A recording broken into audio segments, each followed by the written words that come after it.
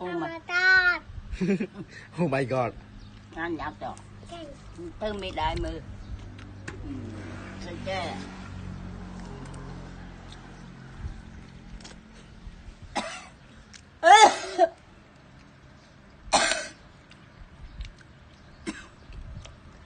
Hay không?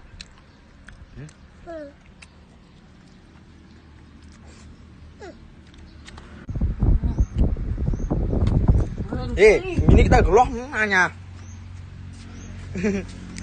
Ê, biết hỏi nè, cho sự buôn. Anh phép mai rồi.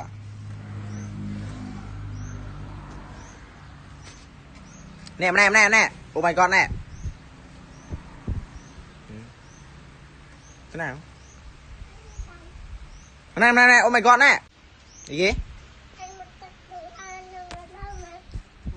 Mùi tử.